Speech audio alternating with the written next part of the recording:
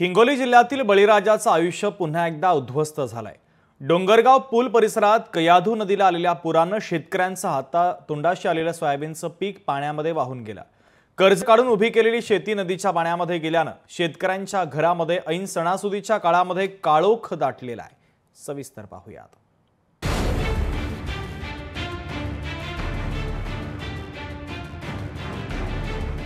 हिंगोलीत पुरामुळे शेतकऱ्यांचं स्वप्न अक्षरशः उद्ध्वस्त।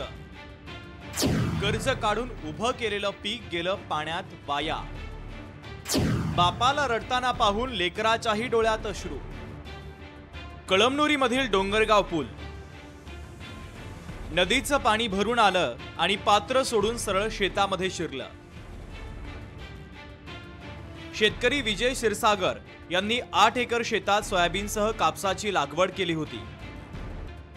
बँकेचं कर्ज, उधारीवर घेतलेलं बी बियाणं आणि त्यातून उभी राहिलेली शेती, मात्र अगदी काही दिवसांमध्ये काढणीला यायचं पीक एका क्षणात वाहून गेलंय। या ठिकाणी जवळपास प्रचंड प्रमाणामध्ये पूर आला होता, ज्यामुळे माझं सोयाबीन, तूर, कापूस, सोयाबीन हे पीक वाहून गेलेले आहेत। शेतीतली सोयाबीन तर गेलं, पण जमीन खरडल्या गेल्या, सगळ्या जमिनीची माती सुद्धा या ठिकाणाहून वाहून गेलेली आहे।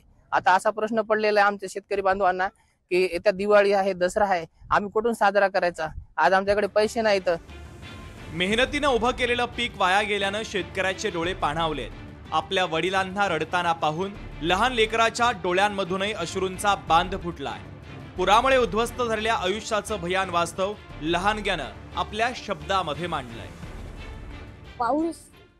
पावसाने सोयाबीन वाहून गेलं। पुस्तक वया पप्पा आणतात का? नाही, पैसे नाहीत। कोणाकडे? पप्पाकडे। पप्पाकडे पैसे नाहीत बाळा? काहून, काय म्हणले पप्पा?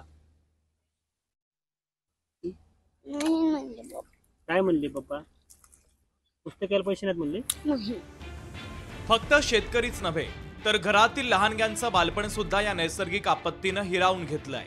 दसरा दिवाळीचे दिवस समोर आहे, अशातच शेतकऱ्यांच्या घरात मात्र भयान शांतता आहे। सरकारनं नुकताच हिंगोलीच्या शेतकऱ्यांसाठी 231 कोटी रुपयांचा निधी मंजूर केला, मात्र यात शेतकऱ्याला हेक्टरी फक्त 8,000 रुपये मिळणार आहे। सोयाबीनच्या लागवडीचा खर्च सुद्धा न भागणारी ही मदत शेतकऱ्यांच्या जखमेवर मीठ चोळणारी असल्याचं गावागावात बोललं जात आहे।